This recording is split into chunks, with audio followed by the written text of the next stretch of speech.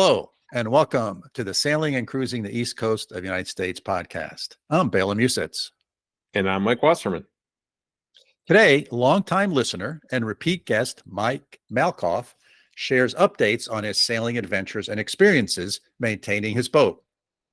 After a year and a half of living on their boat full-time and traveling from Lake Champlain, which is on the border between upstate New York and Vermont, all the way down to the Bahamas, Mike and his wife have now docked their boat in Brunswick, Georgia. And to comply with hurricane season insurance requirements, they've had to take their boat out of the water and do all sorts of things to get it into proper shape for the hurricane season. They also sold their property in Vermont and have built a new home in Georgia. So they have given us a great update on what's going on with them and some of the challenges they have had in moving their boat into an environment where it's always warm. Yeah, Bela, I'm always interested to hear what Mike and his wife are up to. And it really is about time that we checked in with them. I think today's going to have two main takeaways. One is kind of the joys and challenges of moving from the northern U.S. to the southern U.S. And what I call boots and budgets, which is kind of the financial elements of owning a boat, and especially the changes that Mike and his wife had to deal with as they changed their location. What do you think? Should we get right to today's episode? Sounds good, Mike. Let's dive right in. Hello, Mike. How are you? Great to see you again. Hey, Bela. So good to see you. It's been a while. How are you? I'm doing well. You know, we got the boat in the water. That all went pretty smooth. No big problems. Couple of little minor glitches here and things to fix, and we can talk about those later. But as our listeners who listen to the podcast will know, this is like your fourth or fifth time on the podcast. No, at least. Yeah. I hope it's not because you can't get anybody else interesting on the call. Well, people still seem to listen to the ones that have your name associated with it, so it's working well. Well, that's great. And I wanted to tell you, I'm really excited because I just listened to your latest podcast on the thing, and I want to know if you want to go in with me on building a boat. No. No. I mean, that episode, which I think is episode 110 or maybe 109, he's been building that boat for 3 years, and it's from a kit. So I can't. I listened. I could not get my head around it, and I said, based on the timeline, I don't know if my longevity would work with that scenario. I do have a question. I know, and we're talking about me. I am curious. One thing that you didn't ask him is, it's one thing to build a boat and be on a lake or somewhere safe, but building something that's 40 feet long that they're going to take out in the ocean and stuff. And if you've never done it, I mean, aren't there certain safety aspects as to, will the thing come apart under some, rougher conditions? Yeah. So I think the way that I thought about that is that this is a proven design.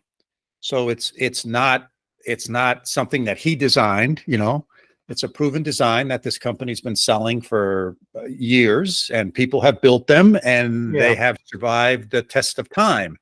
So I think it's to me, it's more a question of, are my building skills strong enough that the thing won't come apart? Right? Yeah, exactly. That's the part. There's this YouTube channel I listen to called, it's named RAN. That's capital R, capital A, capital N. And they've been around a long time. I used to watch them a lot. They were sailing around the world, this young couple.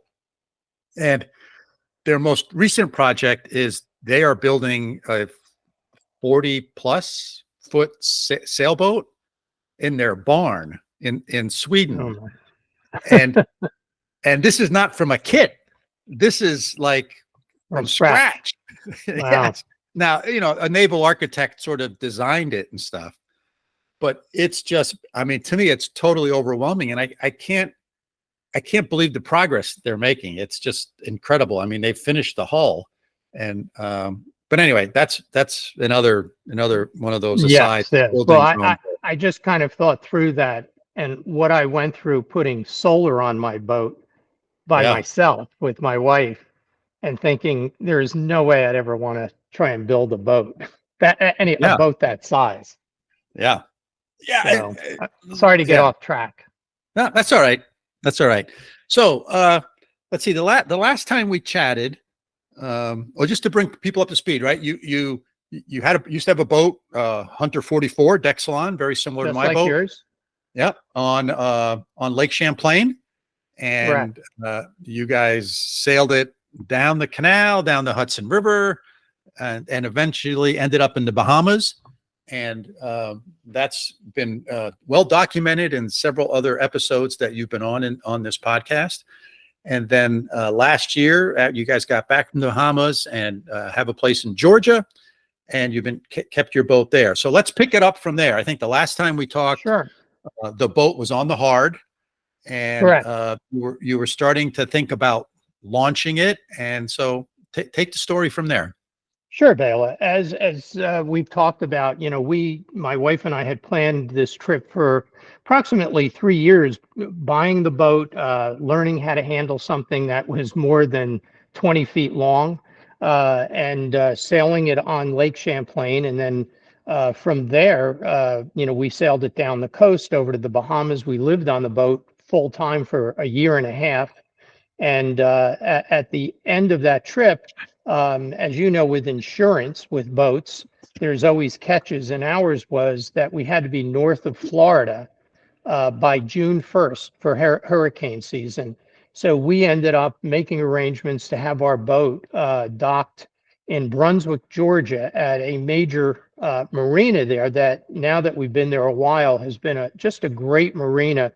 It's an interesting place that has one, it's got a couple hundred boats or more that are there, but it's actually a whole community of liveaboards that are there, and people that are transient. So there's very few what I would call local people launching, for weekend sailing or boating. It's people that are traveling the world, up and down the coast type of thing. And like myself, there are a lot of people that permanently keep their boat at that location. So we made the decision to keep that there. I think I had mentioned we did sell our property in Vermont. My wife grew up in Vermont and had enough with winters, and you're very familiar with winters and how cold it can be up in the Great North. So we actually finally finished building a home down in Georgia, and that's where we've settled, and we've been basically getting used to life back on the land and figuring out what is next. And I think as you mentioned when we last spoke, we had just put the boat up on the hard after being out in the ocean for over a year and a half. And then the first thing that's required is what's going on underneath the boat. So during the time, the interesting thing, sort of switching a little bit, is switching boating seasons. As you know, during the winter, your boat comes out of the water and is on land, and you put it back for the summer. Generally here, your boat is out in the summer and goes back in for the winter. So one of the things that we did was, while it was out, as you know, anything that is challenging to fix while it's in the water is a great time. And it was interesting because we had developed a couple of hairline cracks in the keel, not from a structural issue, just I guess wear and tear. So that we had fixed. It had to be fiberglassed over. And then we also did things with cleaning the bottom. We had the whole bottom sanded. And it's a job that many people will take on themselves. I don't know if you've ever done that with your boat, but it is a huge challenge. And I think the worst in painting a boat is the sanding part of it. And we just didn't want to do that. So that was the other project that we wanted to have done while the boat was on land. And as you can appreciate, in any marina that's busy, most of them are short-staffed. And you don't say paint the bottom of my boat and then the following day they get started.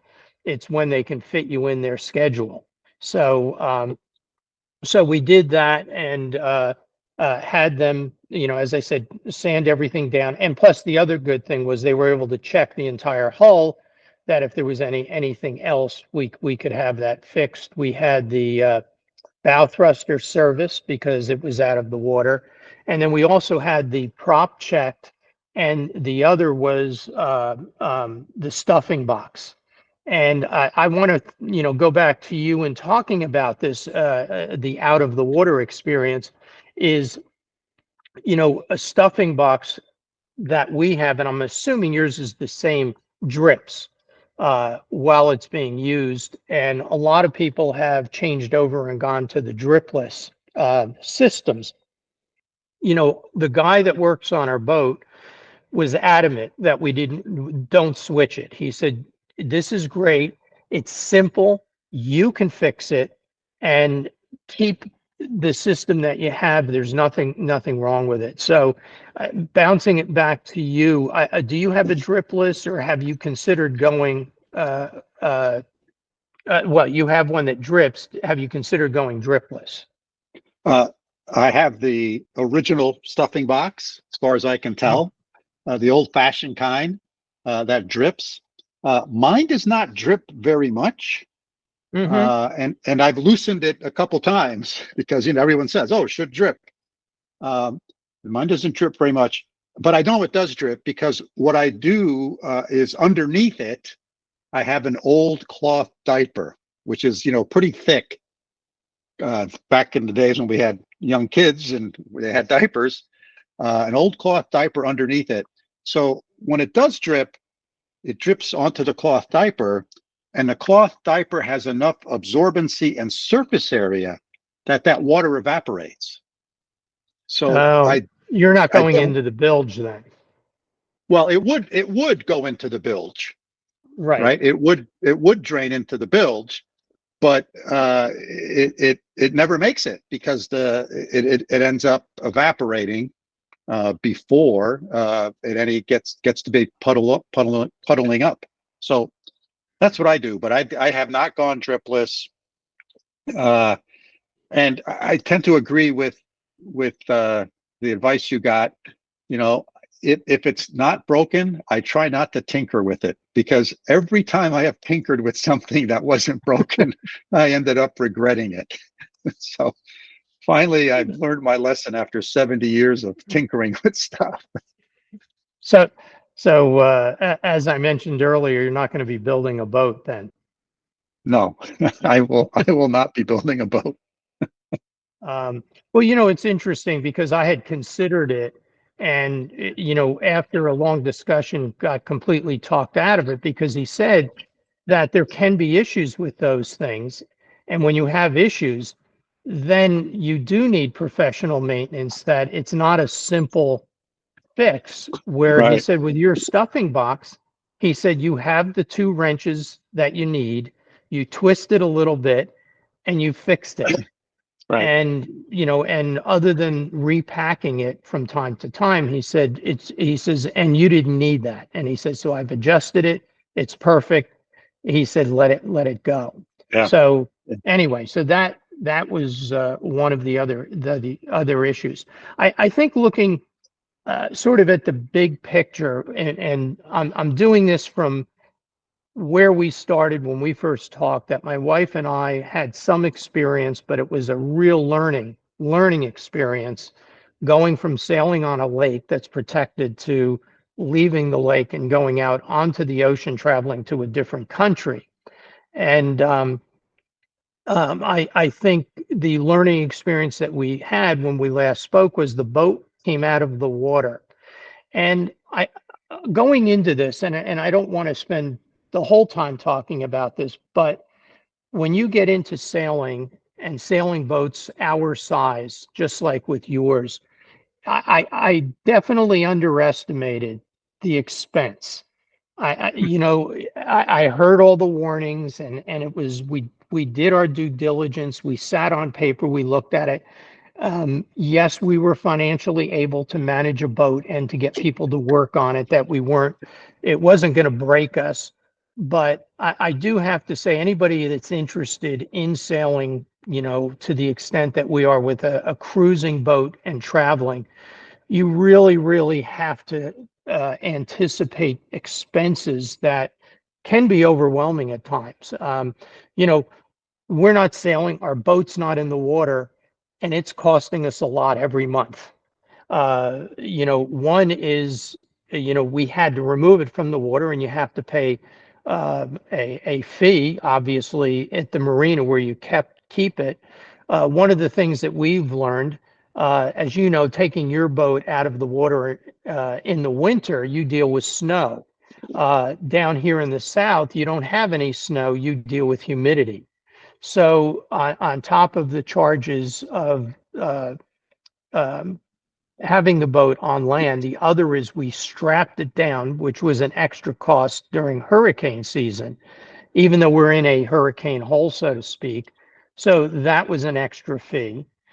We also pay an electricity fee because we have a dehumidifier on the boat because it's hot and humid in the summer. And the last thing you want is obviously mold. And I think that was a question you asked, the difference between warm climate and a cold climate with water. So, all of that, and then you're working on the boat. And as I said, we had the whole bottom redone. We had some glassing work done. We had the prop done. It was painted. We put all the anti stuff that goes on the boat as well. And, it's thousands and thousands of dollars that you have to absorb, and you're not going anywhere. Right. It's Right. it's sitting on the land. So Yes. I think that's been something that I think I've always been willing to talk to people about that want to get into it or jumping into it, is just be prepared that it's not going to be inexpensive. And now we've put the boat back in the water. Now we have our docking fees, obviously. We have our electric fees with the boat. And the other thing with the climate difference is, in the cold water of Lake Champlain, the bottom was never had to be cleaned. It was fine. Every 3 to 4 weeks, we have to have our bottom cleaned because the water is Wow. so warm that the growth is crazy during the summer. So, there's a fee for you, and it runs $5 to $6 to $7 a foot. So, you can figure that out real quick. Right. And Right. and then on top of maintaining the boat, even though it's sitting there, and we haven't had any trips, but it's sitting in the water and it needs regular maintenance. And we've been upgrading and checking things because, the boat was sailed heavily for a year and a half. Yes. So checking the rigging, the sails, the list goes on, and every one of those things requires a cost. Oh, and I forgot to mention, when it was on land, I decided to take on the one project that I knew I could handle, was polishing the boat. And unlike your car, which you can usually do in a couple of hours, polishing the boat was a 2-week plus process in the heat of Georgia. Yeah. Yeah. But I enjoyed it. It was sort of cathartic in that it didn't take much brain power. It took a lot of elbow grease, but it was something that you could look at the end of the day and see the glare in that hull that made you feel good. But there was a cost that to have someone polish the boat, you need to do it at some point to get all the what do you call the white stuff that the fiberglass just chalks up. You're right. chalks up. Yeah, the chalking and stuff. So you got to get it all off and on and on. So, it was, I think for our boat, to polish our boat, it was going to be $2 to $4 grand, give or take. So I said, no, I said to my wife, I can do this. And it's several $100s in product, needless to say, because of everything that you have to use to first clean it and do all of that. So that's another thing that shouldn't be forgotten is that you do have to keep that hull in really good shape, but it's polished and it looks great. Right. So I want to get back to the bottom here. So when we kept our boat on Lake George, which is very similar to Lake Champlain, it's a freshwater, cold water lake. I had my Catalina 22, and I might wash the water line once or twice a year, but that was it. The bottom stayed nice and clean. Now, we're in Narragansett Bay, salt water, and I have anti-fouling paint on the bottom. And when they haul my boat, they pressure wash it. They pressure wash the bottom. And I typically get 2 seasons, which is the equivalent of 12 months, but 2 seasons out of the bottom paint. And by then it's kind of ablated away. So it sounds like, and I don't have to do anything during the season, right? I don't have to have a diver come in and scrape the bottom or any of that stuff. So it seems like that warm salt water down there really plays havoc, even though you have anti-fouling paint on the hull. Yeah, it does. And again, the anti-fouling paint does a great job keeping it to a minimum. But also, we haven't been traveling on the boat. So it's even worse because it's sitting there. When the boat is moving all the time, like it was for a year and a half, the speed of the boat, stuff will fall off. That's the whole idea of the anti-foul paint. The ablative paint, which we have, is it literally comes off. And it's funny because the first time we had the anti-fouling paint, when I rubbed the boat, my hand was blue. And I immediately went to the guy at the marina and said, "What kind of paint job did you give me? The paint's coming off." He says, "You're an idiot. It's supposed to come off. It's a blade of paint." I said, "Oh, is that how it works?" So one of those learning experiences. So you get, like you said, you get about 2 seasons worth out of the boat. But so as I said, so right now the boat is back in the water, and the question that we've had, one is just general life issues get in the way. That I said we moved down here because part of it was my wife wanted to be closer to her father, but he's had some major health issues. So that has prevented us from traveling on the boat to the Bahamas right now. We weren't going to go anyway this past year, but we're kind of looking now to the fall because that's when basically the season starts. Is hurricane season down south is June 1st to November 1st. We've also, again, with other expenses, we've also upgraded our insurance. So we have new insurance now that doesn't limit us as to where we can go. So we paid a little bit extra, but it doesn't limit us in this June 1st to November 1st, because where we are located in southern Georgia, I am 5 minutes from Florida. So, if we're going out on the boat, literally we cross the state line within minutes, heading south in the ocean. And it is hurricane season now. But the fact is, we're not traveling into the Caribbean or the Bahamas right now. But if we go down into Florida for a couple of days, we want to be able to have insurance, even though it's hurricane season. A hurricane takes days and weeks to develop, and you can see it, and we can run right back into our home port. So that was another thing that we worked on changing, and it worked out fairly well because, as everyone knows, and if you don't have a large boat, boat insurance can be a monumental effort in one, securing reasonable boat insurance, and then finding out and making sure you understand the restrictions as to what you can do, where you can go with your boat, because it is not like car insurance at all.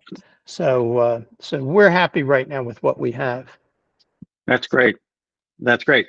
So I want to go back a little bit to this sort of the difference between keeping a boat up north versus keeping a boat down south. So we talked about sort of down south, you got to get the bottom, you either got to use your boat a lot or get the bottom scraped or scrubbed every several weeks. The other thing we talked about is the humidity, and especially during the hot summer, you got to run a dehumidifier or something inside the boat. Otherwise, you're going to get lots of mold. What are some of the other sort of differences that you've maybe noticed? Well, here talking about the climate difference is, now we're fortunate. Now we have also used the boat even when we haven't gone anywhere. We've stayed on the boat for like weekends, and as I said, we were building a house, and when we couldn't be in the new house for whatever reason, we moved on to the boat for 2 weeks at a clip. We are lucky we have air conditioning. Yes. And if you have a boat down south and you're going to be staying on it, a lot of people say, well, you can deal with, let me tell you, when it's 98 degrees and 100% humidity and there's no wind, and the sun is beating on the hull, maybe I'm too old and I've lost all my toughness, but I'm not sleeping on the boat with sweat rolling down my brow. So, right. where with our boat, and I believe yours is probably identical, we have a dual air conditioning system on our Yes. boat. And while we're at the dock, because we've already paid for the electricity, we just turn the air conditioning on, and we're all set. So that's a consideration. We've also had the sails checked, because again, now we have the furling system like you do. So when the boat came out of the water, the marina required us to take the sails off the boat. I shouldn't say off the boat, take it down from the rigging, because they actually had an issue with one of the heavy storms, because people, especially the boats that are not on the water, they're not around.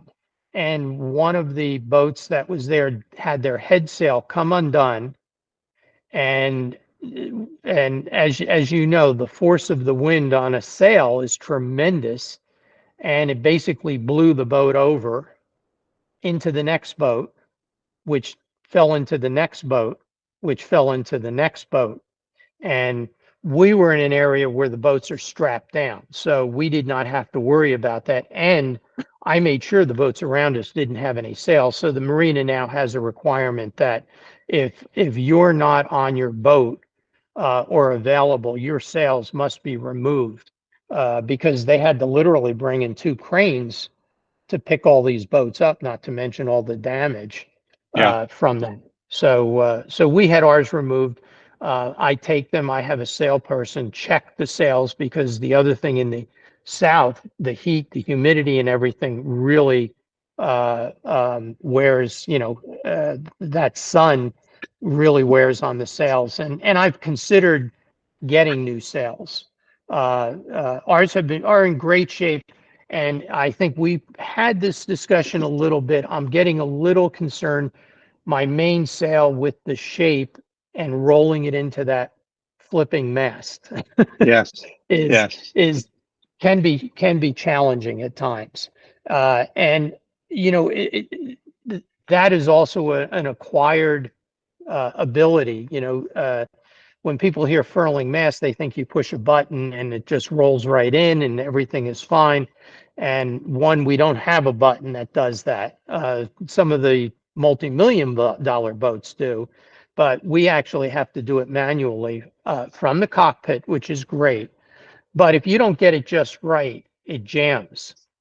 And I'm beginning to think that part of my jamming sometimes is just that the shape of the sail is changing, and it's not rolling in just Yeah. right. So, Yeah. have you been running into any trouble at all with yours? Or I think I had asked you also at one time about tightening, and I don't know what the device is called, but what it wraps around inside the mast can be adjusted and tightened. Yeah. Yeah. I think you're right about the sails. If you think about it, to roll something up like a window shade, it needs to be relatively flat. So the sail cut for an in-mast furling sail is a relatively flat sail. And as time goes on, they tend to stretch out and they Right. get a little baggy, if you will. And then by definition, that's harder to roll up nice and smooth. So I think Correct. you're right. As your sails get older, and I've noticed that with my mainsail, even though it feels really nice and crisp and really still strong, I think it has stretched. And Mm. I have read and spoken to other people who have gotten new sails, and they've done two things. Number one, if they've gone with a lighter, thinner material, Right. and some of them have gone with the fancy mylar or whatever laminated Type. sails, and Yeah. Yeah. yeah, and they say those suckers roll up really nice. It's just all of their They sort of anxiety about rolling up the mainsail has gone away. they do it 3 to 4 times, I think, the cost of Yes, a basic sail. Getting back to the cost of sailboats, right. I know we're not quite there where we need new sails, but it's something that we're going to start to look into. And I think looking at the Kevlar, I think it is sails is an option, but a lot of that is used with racing and stuff. And but Right. if it makes that furling any easier, I know how to I know how to get it out of when it gets stuck. The first time it happened to me when we were sailing, I panicked. I shouldn't say panicked, but it was like it's stuck. I can't get the sail in. I can't Right. get it out. It's just jammed. And since that time, I now know how to go back and forth and juggle it, and I know how to get it unstuck, if that's the proper word. So and I'm much more careful as to what tack I'm on when I'm rolling it in and what kind of pressure it needs. You can't just take all the wind out of the sail and just start rolling it in, because now there's no pressure and it doesn't go in tight enough. Right. But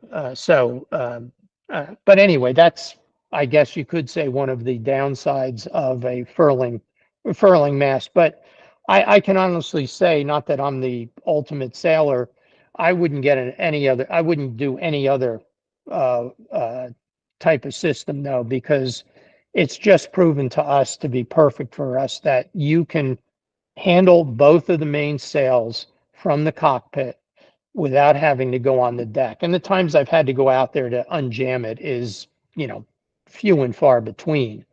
So I definitely like the furling mast, and I've seen the furling booms on some boats, but boy, those booms weigh a ton. Yeah. And I've always asked that question, man, if you lose control of that and that thing comes flying across, uh, uh, watch out. So, um, but That. I'm just trying to. Go ahead. I'm sorry. I didn't mean to interrupt you. No, no. I was just going to say, I'm just going back to your question about the warm weather climate. The other bonus is obviously boating and sailing dwarfs what you have in New England, just because you have to deal with, you can't boat during the winter. I guess you can, but you got to be a real hardy person to do that. Where down south here, There are marinas everywhere. Getting your boat worked on, although scheduling can be difficult, there are endless places to find those experts. I think in one of our previous episodes, when we first sailed down here, I think I had told the story where our engine conked out, and it was because of the growth, I don't want to say bacteria, something else, the growth that actually eats diesel fuel lives in the water in your tank, and we lost our engine and had to get towed in, Yeah. and then we had to have the tank cleaned, and I'm trying to think of the word that they use when they clean your diesel fuel. I think they call that Polish. polishing. Yeah. Yes, we had to have it polished. And lo and behold, in Brunswick, where our boat is, there's a professional company that polishes fuel because of the number of boats that are going through there all the time. So those sources are really nice to have. And for any of the day type trips or whatever, there's so much we can do from our location because we're not far from Savannah, Charleston are great places to visit. And when you go south, I mean, we're in all of the Florida ports. Yeah. So that's, I think, a big advantage of being south. Yeah. That's a nice location you have there from that perspective for sure. And whenever we go on the boat or we go out, we don't need to have winter gear. Exactly. There's, So I had a there's question. no day. Yes. Go ahead. No, Go ahead. no, go ahead. I was just So going I to had make a question joke. for you. Earlier this year, we took a mooring ball on for an overnight, and the wind howled that night. I mean, it blew like 30 knots, Mhm. and our boat really, I think they call it sailing, right? Sailed on that mooring ball. We would Oh, yes. drift, we'd drift right back and forth all night long. And I was wondering, given your experience, you've anchored out a lot in the Bahamas and stuff. It can be breezy there. What your experience was with your boat sailing, and if I've heard people talk about these little sails that you can attach to the back end of your mainsail, back into the boom and maybe the topping lift, and sort of try to make your boat more like a weather vane instead of a backwards weather vane. It's interesting you say that because we didn't really know about it until it happened to us, in that we noticed that, we were, as you put it, did you call it sailing? Yes, I call it Back and sailing. forth.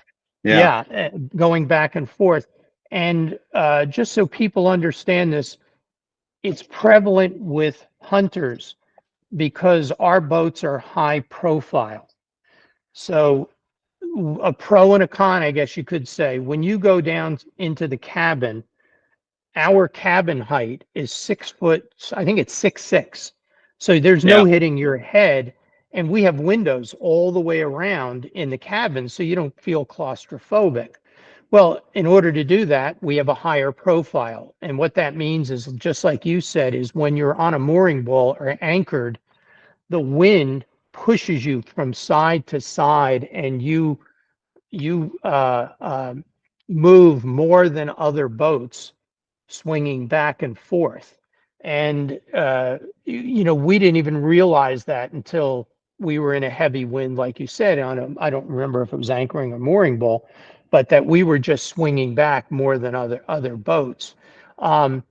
We've looked into that, what you call that mini sail, and we've been and seen people that have that, and we are getting one. So that is on our list of another boat expense, because there are people that have made them, but there are a couple of companies that actually sell them. And I think Yes. it's just better to buy from them because it needs to have the right angles and size and shape in order to work effectively. And yes, it's a mini sail that goes on the back of your boom that's attached to the boom. so that when your boat starts to swing, say right or left, that little sail that sticks up pushes your boat back, and it'll decrease your sailing tremendously by, I think, 70%, they say. And we've seen it on boats and we've watched it, and it works. Okay, So good. yes, Yeah. but they're, like with anything, they're not $45 at Target. Yeah, if you get one of those and you have some experience with it, we'll have to make sure we get you back on the show and have a conversation Yes. about it. I'm very interested in that. Hey, this is one thing I wanted to talk to you about. So you said your keel developed some cracks. So 2 years ago, when I hauled out, I noticed there was a fine little crack that ran. The keel's basically bolted onto the boat, and it was right where that interface is. There was a little bit of a crack Right. there. And I talked to the yard guy, and he said, "Yeah, your keel boats probably should be tight." And so when we hauled out again this year, the crack was there again, but it was smaller for some reason. So Mm, I can't explain that at all. But I did have my keel bolts tightened, and I was there when the guy did it, and he had it. There's a spec. I think it was 152 foot-pounds or something, and right. he did. There was like 3 or 4 of them that he took a quarter turn on the keel Mm. bolt. So I was wondering if you ever had any of that done. I No, I didn't. I asked about that when they were working on the boat, and they said, no, there's nothing wrong with yours. The crack was not related to that at all. Um, it was more the fear of water saturation, Yeah. that it can get into the keel. But no, I haven't. And unless there's a need, what was your expression? If it ain't broke, Don't fix it. Right. don't don't fool with it. Right. So we Yeah. haven't had any keel issues. So I think it's better left alone. So I can't give you any experience with that. Yeah. Um, but yeah, maintaining a large boat is a lot of work and time and money. And I think if there are people that listen to this that know that we were, we were not your 40-year plus salts that sailed all the time, that we had some experience, my wife more than me, and that we just upped our game, so to speak, and decided that with the pandemic that we were going to buy a cruising sailboat and go to the Bahamas. And it's been a learning experience, and it still is, as I said, finding out that I've got to get the bottom cleaned every few weeks. Yeah. Is one of those learning experiences. But as far as the future, if you're interested, is as I said, there are 2 things I want to accomplish. One you're going to help me with that I didn't tell you about yet, and the other is that I think what we're going to look at on our next trip, and again, because of our need to be accessible and because of my father-in-law, is I think we're going to take the boat to the Keys. Oh, And nice. yeah, a friend of ours that we met in our sailing trip just took their boat there, and they were gushing about how much fun it was, and it didn't require all the international rigmarole that Right. you have to deal with, and also the modernization, I'll label it, is that when you go to another country and you're in the Caribbean and the Bahamas, don't be fooled by the resort stuff. When you're sailing on a boat, you never know what you're going to find when you go into marinas. Even the fact of the charts, the markers aren't there. You get into a place. We were just reading because we're still on Facebook things. In the Abacos, they ran out of diesel fuel. So it's like, how do how does a whole island run out of diesel fuel? Right. Well, they do, Right. and Yeah. depending on when the boat comes in, well, they, as this group said, well, I got to be back in the States. Well, you're not going back to the States until diesel fuel shows up. You don't see that in the US. So we would just be going down the coast of Florida all the way down to the Keys. So the marinas have electricity. They have pump outs. That's another thing in the Bahamas. There's no such thing as pump outs in the Bahamas. Right. People go, well, what do you do? Well, you Right. dump it, in the ocean. You got to go out Yep. into the ocean and basically dump it. And whether you agree with that in the environment and stuff, that's just the way it is. Right. And there's no water. You got to pay for water. Oh yeah, I forgot about that. Yeah. Yeah. No, I agree with you. I'm very content kind of, sailing up and down the East Coast, hence the name of the podcast. For me, it's got the right balance of sort of convenience and service. And if you want to go out into the ocean, you can go out into the ocean very easily. Right. Yeah. And you can get that multi-day passage experience if you want it. But if you want to stay close to shore, or you want to go up and down the ICW, you can do that. So it's got so many different options. And it's got that sort of, if for some reason, you have to get back home, probably easily within a day, you can get back home, because no matter where you are, you can pull into some place, get an Uber to an airport and get home. So I like that plan. That's a good plan, I think. Go down to the Keys. Yeah. And the other thing too, being offshore in the Caribbean, the Bahamas, or any of the islands, another thing that you don't recognize until you face that. I think I told you our anemometer crapped out on us, and it was, well, we'll just order a new one and have it sent here. Right. And the $200 anemometer, which is not cheap to begin with, was $1,500 when you include shipping. Right. Yeah. Excellent point. Right. Here in the States, in 2 days, you can get almost anything. Exactly. You can get it the same day. As a matter of fact, you could pull into any port on the Florida coast, and there's going to be a marine store, chandlery, whatever you want to call it, and you just go and you buy it and take it and put it back into your boat. So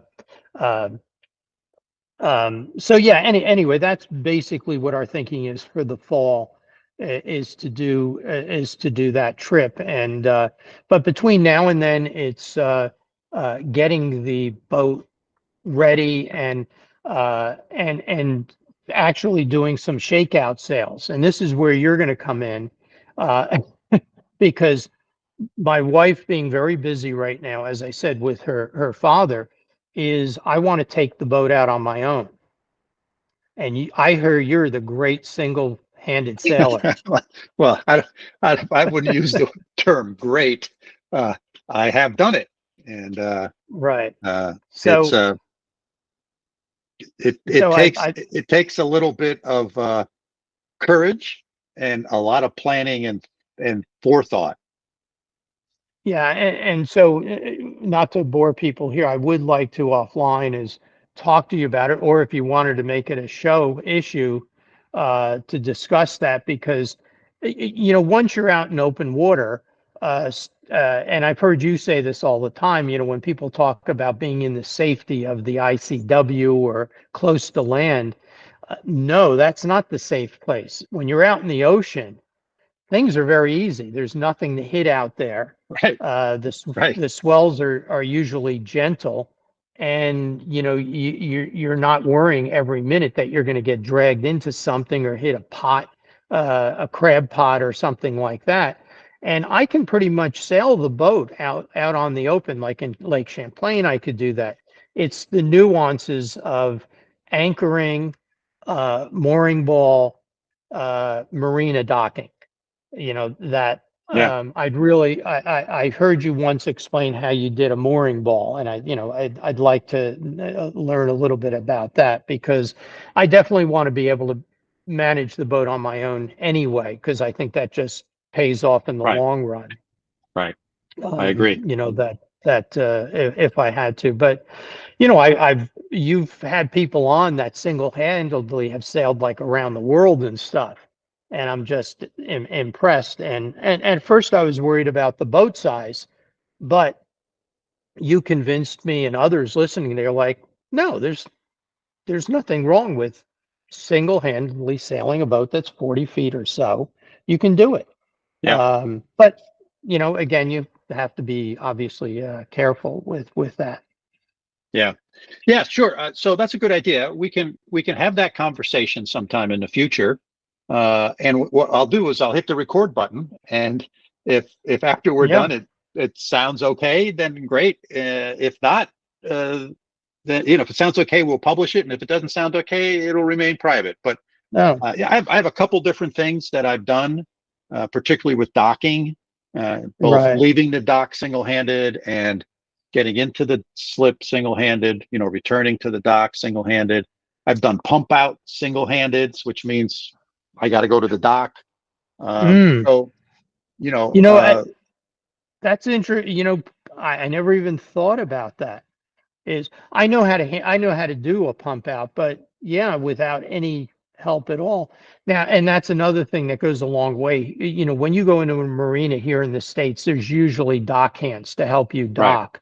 right. We found out in the Bahamas, you're on your own in a Yeah, lot of cases. yeah, There's your slip, and we really don't have anybody right, right. to help Yeah, you. so let's Dock. Yeah. offline here, let's pick a time and a date, and we'll have that conversation, and you can ask questions, and I'll see see how I can help. And then the last thing, depending on how long you want it to go, is now that we're going back in, have you ever created like a list, because you're moving your boat on, on the land into the water each summer. Do you keep a laundry list of all the things to shake the boat out as to what you need to check when that boat's back in the water? Yes. So, I'm an engineer by education. So Yeah. there's some things I tend to be a little anal about. So Mm-hmm. I have a checklist. I think about this just like an airline pilot, or if you're Right. flying an airplane. I have a checklist for leaving the dock. In other words, you're going to go for a sail. I have a checklist for, when I get to the boat after it's been sitting there by itself, because I'm like, if I got to the boat tomorrow, I have a checklist for how to open up the boat. I have a checklist for how to Right. close the boat. Uh, I have a checklist for getting the boat ready for hauling it out for the winter, and a checklist for putting the boat back in the water in the spring.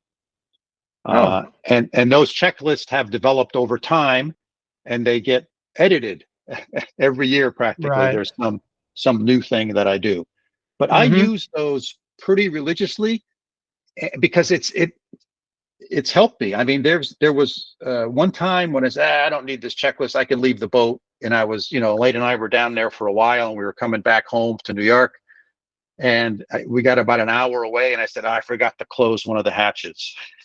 Yes. Yep. And luckily my son lives 5 minutes away, so I called him up and said, hey, go check the boat and close the hatch I forgot to close. Right. So Right. I mean, it's got that level of detail on it. Check all the hatches, check all the through hulls, Right. turn everything off except the battery charger, blah blah blah blah. So Yeah. I So I I, I'd I like do to all get that your stuff. list for when you go back in the water after the winter, because I'm going through that on my own of all these things now that even like the EPIRB, something, all of the safety stuff to check. Right, Something as simple, because we haven't worn them in a while, checking the chargers on our life jackets. right, Do they need to be changed now? It's been a year and a half or 2 years since we bought them. And again, if a person doesn't know, when you say chargers, we're not blowing ourselves up. That on the life jackets today, when you go into the water, they automatically expand. And there's a automatically cart. automatically inflate. Yeah, Right, they have a charge, a little CO2 charge, and those things need to be checked. But it's those little things. I don't want to miss that as we're heading out again, type of thing. And I thought that you might, as an engineer, you obviously did think of that and have multiple lists. Yeah. And one other thing we checked also when we were on the hard was all the seacocks. So we checked all of them. I greased all of them. I made sure that they were all operating correctly. And that was an interesting thing of how do you grease a seacock, and how do you squirt the grease all the way in there and everything. But yeah, so that was another project, and I did that myself. And it, it wasn't hard, but Yeah. when you do it yourself, is people laugh about this, but it's not as simple as you think, because the boat, you're outside the boat, underneath the boat, and now you put some grease in there. Well, now you have to take the handle and move it several times, which means you have to crawl from underneath the boat, go up the ladder, go into the boat, crawl down into the godforsaken underneath the bilge of the boat, move the handle 2 or 3 times, then go all the way back out of the Right. boat. I Right. didn't have any help with that. And when you have, I don't know how many seacocks we have, but it's definitely in the 8 to 10. That was a full afternoon.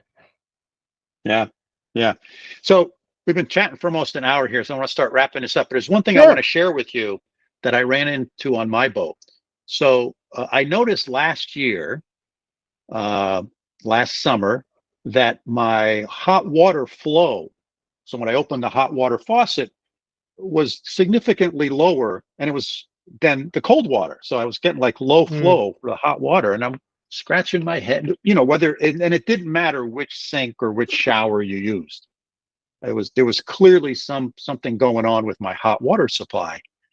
And so, I scratched my head and I'm thinking about it. And it turns out that the hot water heater has what's called a mixing valve on it. So Right. there's like this little 3-inch tall, 1.5-inch round diameter thing with a knob on the top of it that you can turn. And what it does is it mixes hot water out of the tank with cold water. So what you can do is, I think the reason they do it is you So you can don't make your scald 11. yourself. Number one, you don't scald yourself, and number two, you can make your 11 gallons of hot water last a lot longer because you're diluting it with cold. Right. Right. I'll have to look at that. Yeah. So I was getting this reduced flow, and I'm going. So I watched a couple of YouTube videos, and people said, yeah, sometimes these mixing valves go bad, etc. And so this spring, when we put the boat in the water, and I was, getting all the lines flushed out, because a thing we have to do up here, as you know well, we have to put antifreeze in all of the water lines, Yes. the water tanks, and all that kind of stuff. We don't And have to do that. That's always a 3/4 day process for me to get all that stuff flushed out. And I watched a video that says, hey, you can take this valve apart and you can, clean it, because sometimes the little orifices in there get plugged or something. So I took it apart without taking it off the hot water heater. I was able to unscrew the top, took it apart, soaked it in vinegar to kind of get rid of some of the scaling. I put it all back together with great anticipation, and no change. So, oh, darn. So I said, okay, I'll order a new valve. So I was able to find a direct replacement.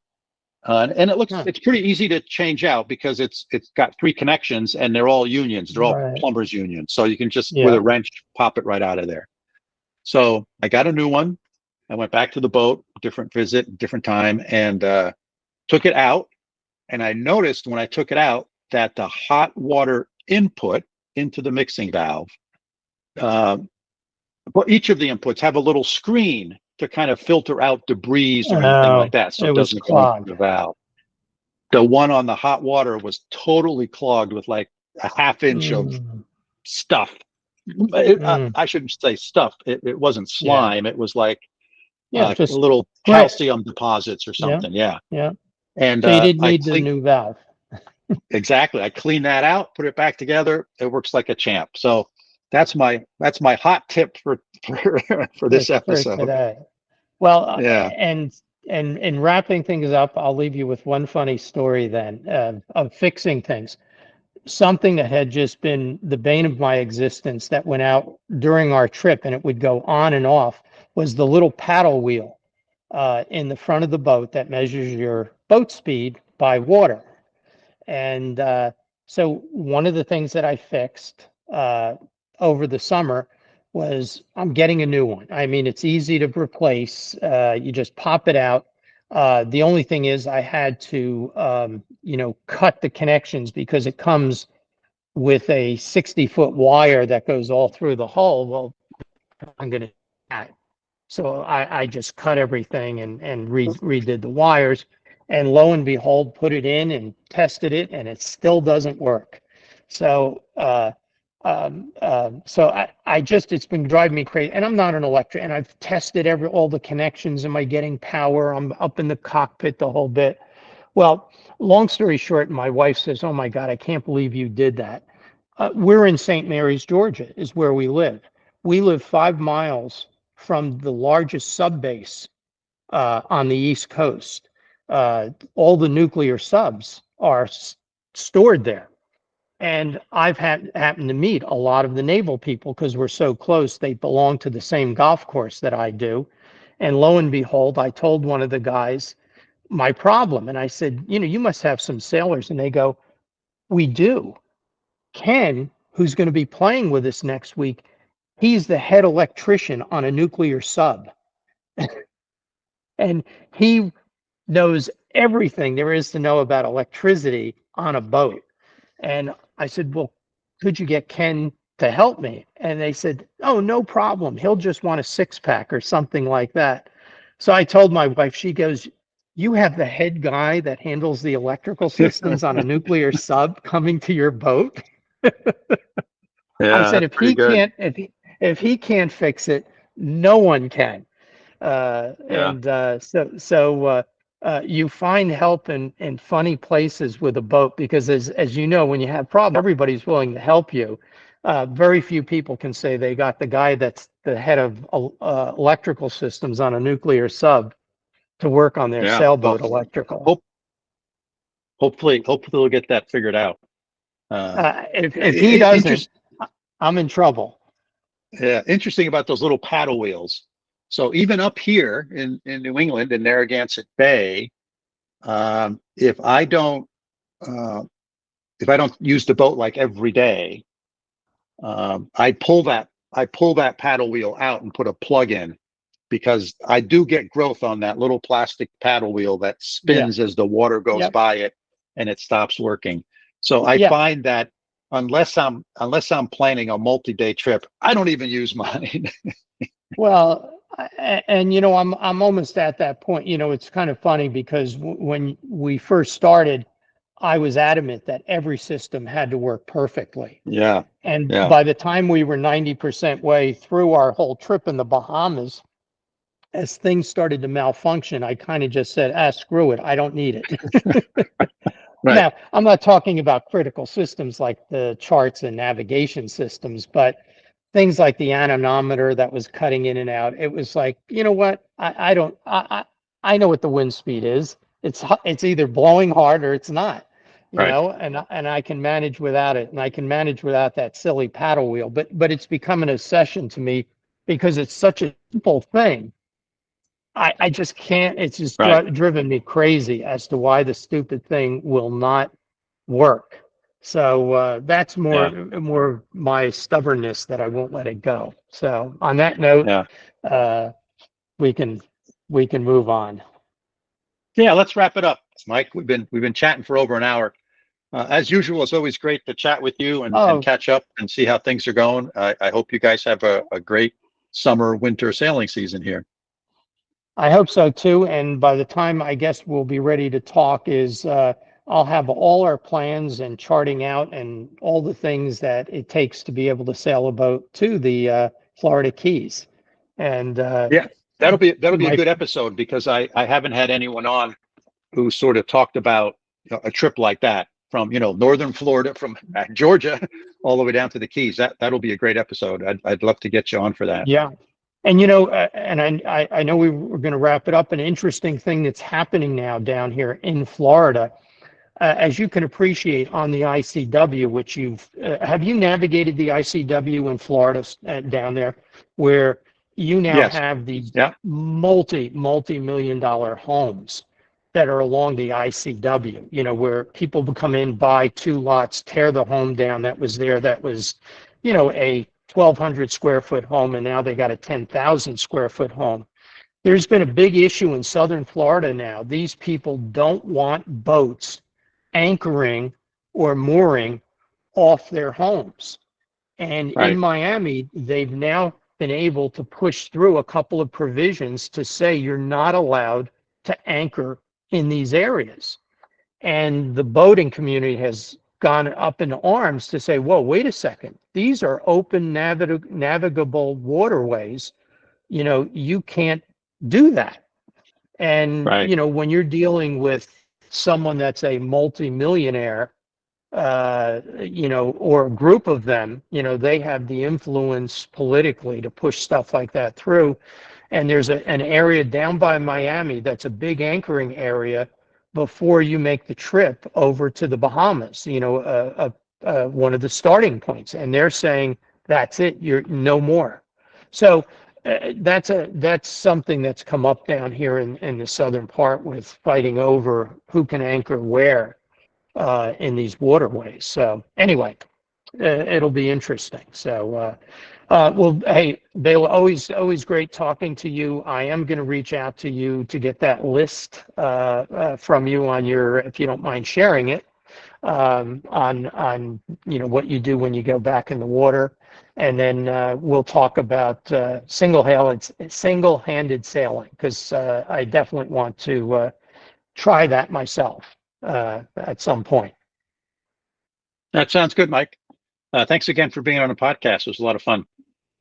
Thank you so much. And has Mike started sailing yet? No, I haven't been able to convince him to do that. That's always my question at the end. When's he going to start sailing? Exactly. All right. Take care. All right. You take care. Have a good one. Bye. Wow, Bela, that was really interesting. I mean, Mike has a lot going on right now. And of course, as always, I really appreciate his perspectives on owning and sailing a boat. So where do you want to start breaking this down? Talk about moving south to Georgia, or this kind of boats and budgets topic? But wait, but I do have one question before we start. Can you explain to me what a stuffing box is? Yes. Very, very good question. Yeah, I often don't think about this, right? People who are very familiar with anything, whether it be two medical doctors talking or two business professors talking, we use all sorts of terms that are sort of specific to that industry or topic, and other people may not know. So a stuffing box has to do with keeping water out of your boat, which is very important. So when you have a power boat, particularly a sailboat, the engine that propels the boat is on the inside of the boat, and the propeller is on the outside of the boat in the water. And somehow the engine needs to be connected to the propeller. So there's a shaft that goes from the engine to the propeller, and that turns the propeller. But that means that shaft has to go through the hull of the boat, which means you have to drill a hole in the boat for this shaft to go through. And now you have to somehow seal that hole around the shaft. And the shaft needs to be able to spin without a lot of friction, but it's still it still needs to be watertight. So that thing that keeps the shaft spinning, or allows the shaft to spin but keeps the water out, is called a stuffing box.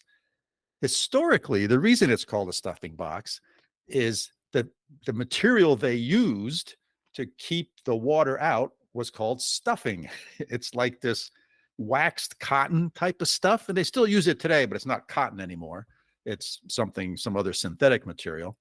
And it's put in around the shaft, and then there's a nut that sort of tightens over it that kind of squeezes it down around the shaft, and that's what keeps the water out. And there's all sorts of newer, higher technologies that exist, like it's called a dripless shaft that Mike was talking about, or a dripless seal that Mike was speaking about. So that was his question. But a stuffing box is what seals the drive shaft from the inside of the boat to the outside of the boat. Okay, that makes sense. And I know I could have asked ChatGPT or I could have Googled it, but I wanted to get a reliable answer from a trusted source like you, Bela. Okay, moving south or boats and budgets. Where do you want to start? Let's start with moving south. Okay, so this was a big deal, and it kind of reminds me, I've had a lot of relatives over the years move from the northern U.S. to the southern U.S. And just like any move, this sounds like a little more than it sounded like at first, and complicated greatly by a boat being involved. What surprised you most about Mike's move? Well, I think that a couple of things.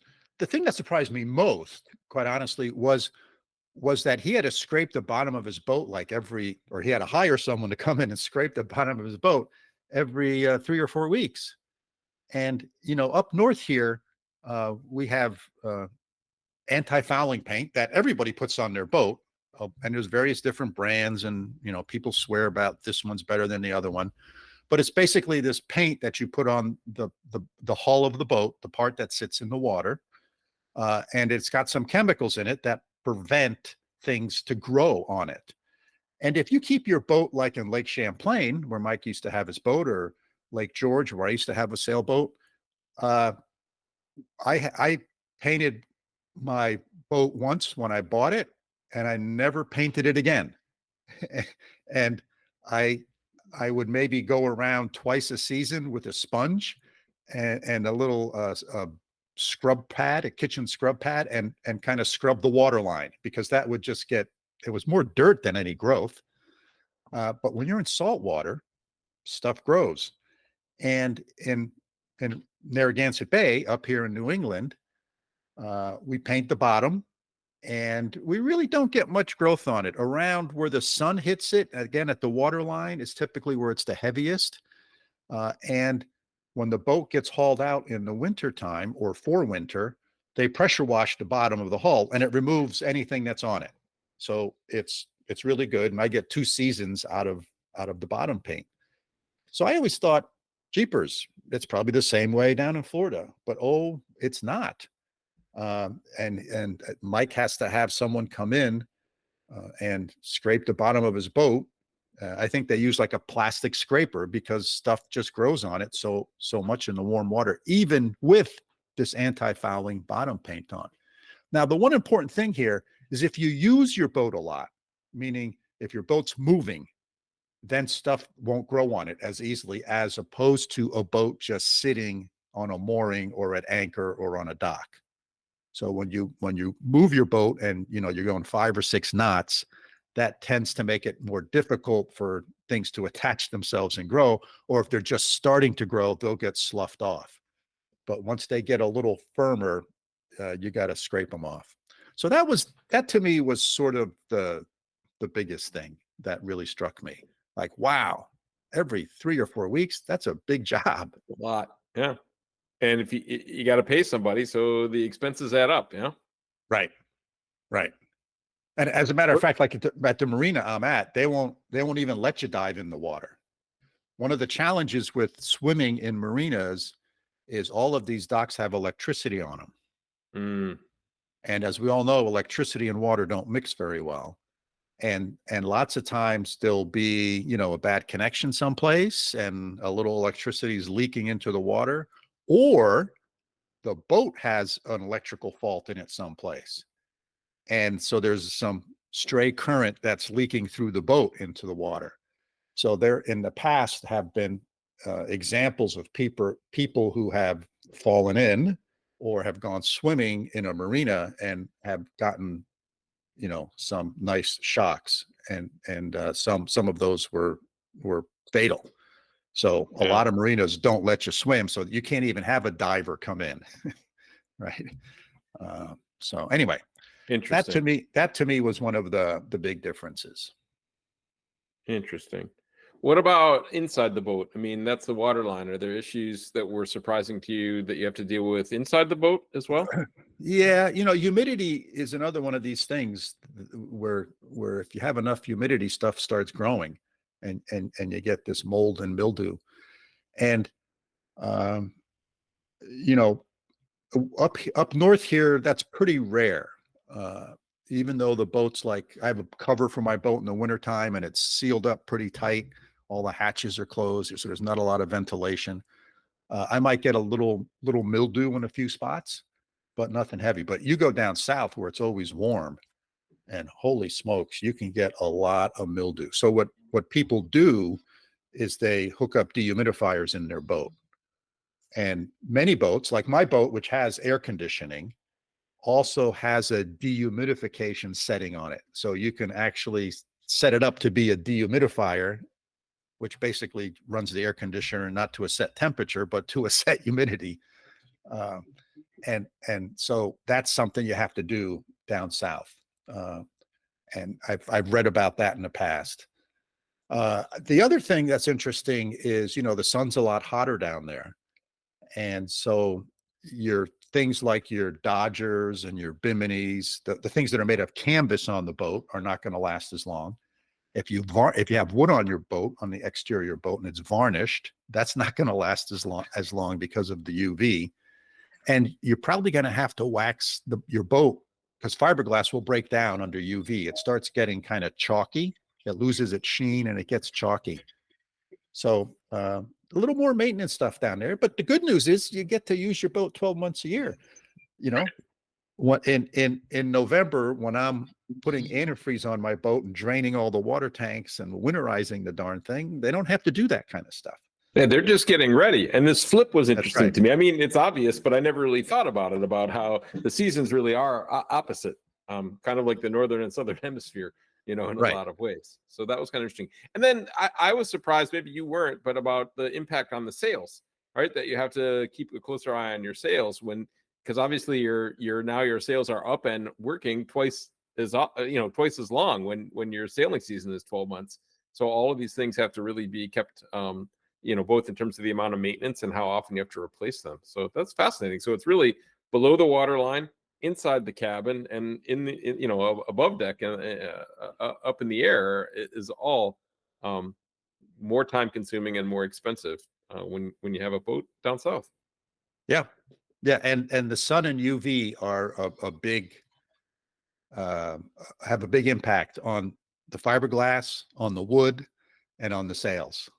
Right. Yeah. Basically everything. Yeah. And then I thought it was interesting just getting used to a new marina. I mean, was that surprising to you at all that there's such a big difference when you go to a different part of the country and you need to have a new place to call your home essentially for your boat? How different that was, and there was a learning curve there for sure. And I didn't really expect that. It's just like moving to a new community. Even if you move within, the same country or the same state, it's not like moving from the United States to Germany, right? But it's still, you move to a new community. There's sort of different customs, that there's different ways of doing things. And that's true in a marina. Each marina has its own sort of vibe, and it's based upon, the employees and the people who work there, and sort of the residents, if you want to say that.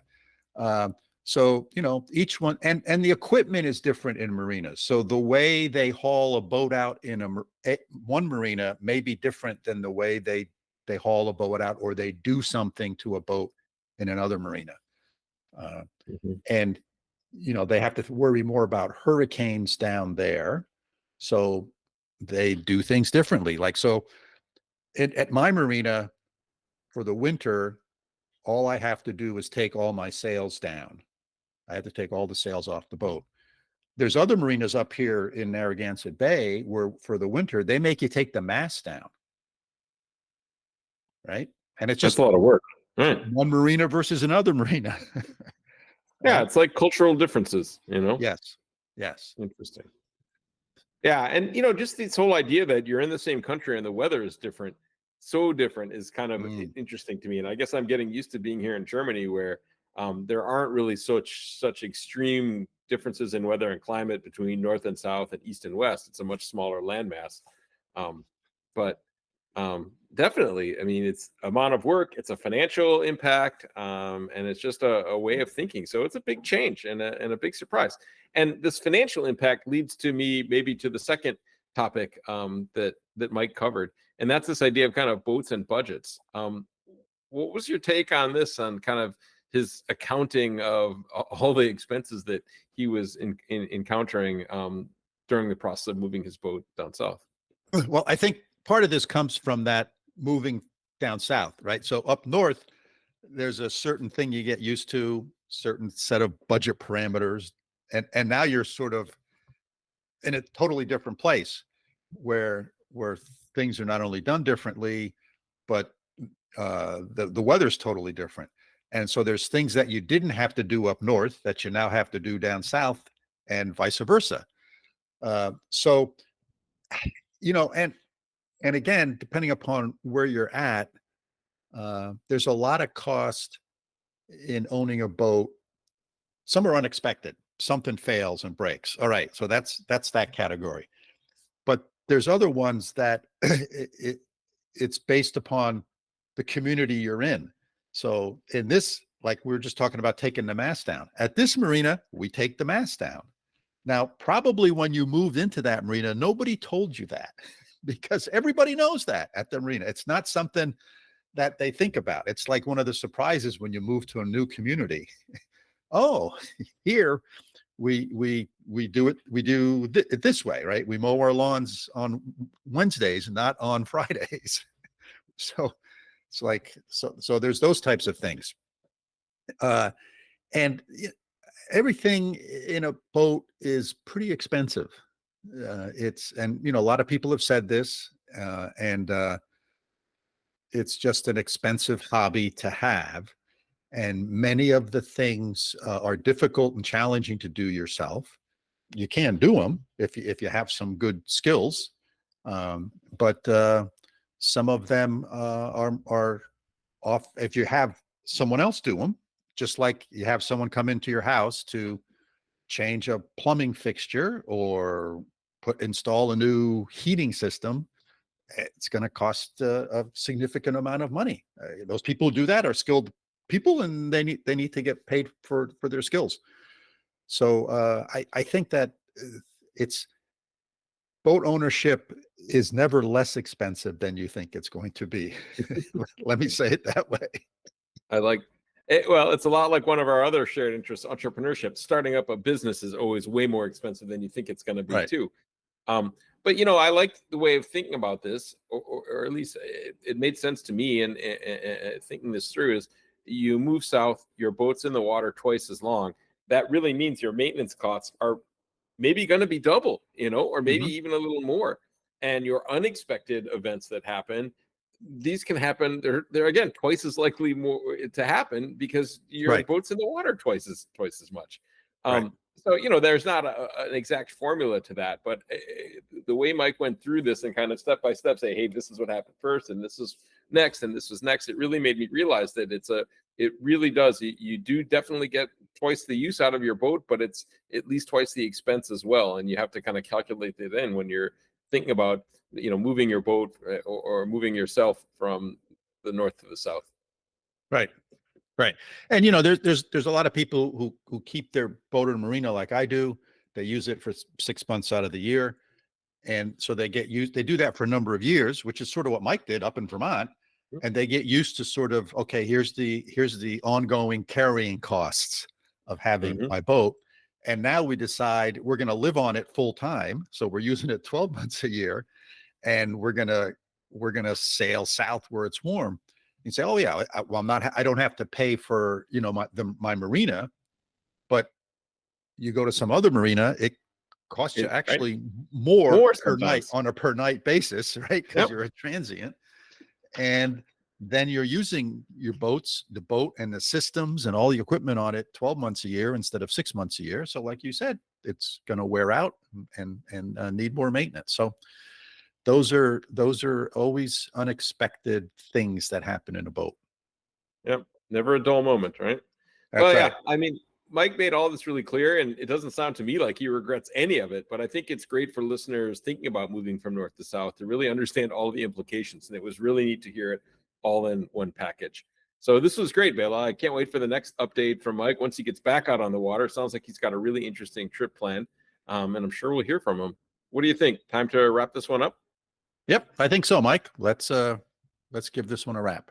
All right, listeners, thanks for joining us for yet another episode, and we hope you found our conversation interesting and thought-provoking as we did. As always, if you have questions about what we've discussed, please feel free to get in touch with us. Our email is sailingtheeast, that's all one word, @gmail.com. And if you enjoyed the podcast, hit that follow button on your podcasting application and help spread the word about the podcast. And the other great thing you could do is leave us a review in your favorite podcasting app. And if you know someone that would be a good guest on the show, let us know. We'll see if we can get them to be a guest. So until next time, signing off from upstate New York. See you all soon. Sounds great, Bela. Thanks again. And from over here in Münster, Germany, we'll see you next time.